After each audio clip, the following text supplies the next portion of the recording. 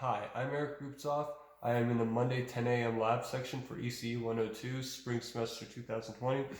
Uh, this is lab 9. It is a register bank and a shift register, two different circuits.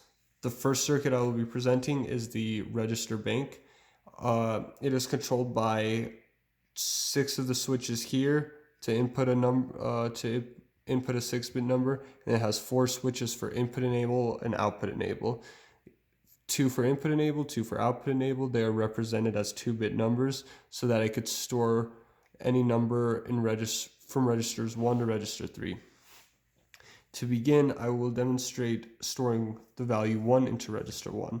So I input 1 here into register 1 here. And then I press my clock. And then as you can see, when I output, there's 1 in register 1. I flicked output enable 1 to show the contents of register 1. Now I do the same thing for 2 in register 2, input enable for 2. And then I can show that 2 is in register 2. Again, I do the same thing for register 3,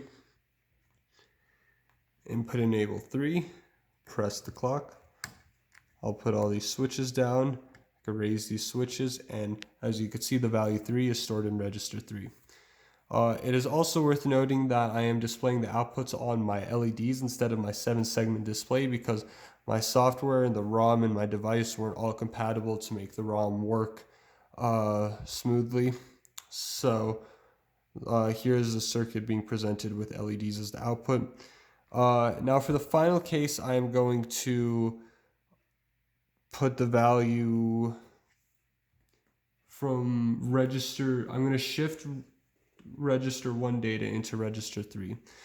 I will do this by raising the input enables to register 3 and the output enable to register 1.